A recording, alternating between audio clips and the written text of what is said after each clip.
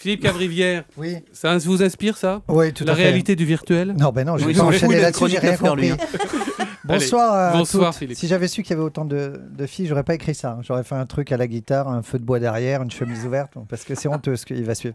Bonsoir à toutes et à tous. Hier, nous étions le 11 novembre, le jour du soldat inconnu.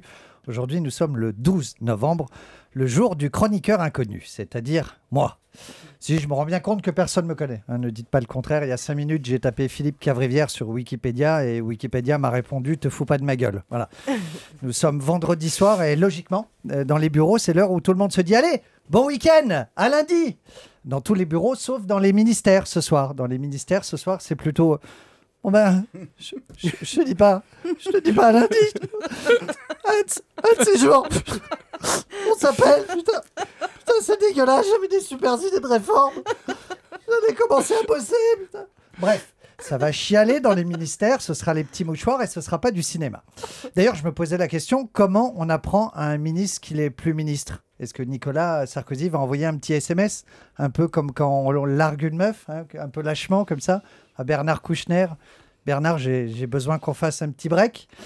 À Roselyne Bachelot, par texto, Roselyne, je te garde et je te donne même un 3e ministère, suivi d'un 2e SMS.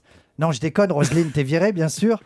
Ou alors, Nicolas Sarkozy va utiliser une autre méthode, plus sérieuse, étymologique, en prenant la racine des noms. C'était pour Duhamel, mais il n'est pas là. Voilà.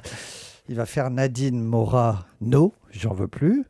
Erix, Vorstrait mieux que je m'en sépare. Et Christine, je la garde. Voilà, c'était la partie étymologique, hein, bien foutu.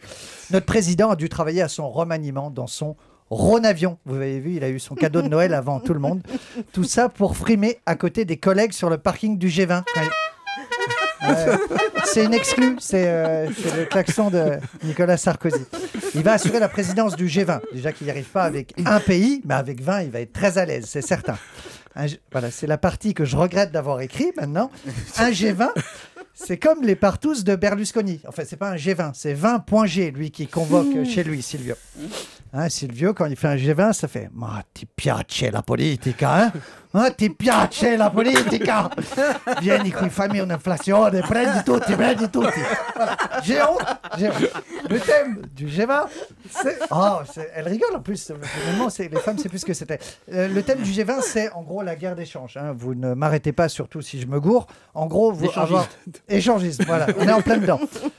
Tous aux chandelles ce soir. En gros, avoir une monnaie faible, ça dope les exportations. C'est le cas de la monnaie chinoise. D'après une étude a montré récemment que le panier de la ménagère d'un ménage français contient pour moitié des produits chinois. Voilà.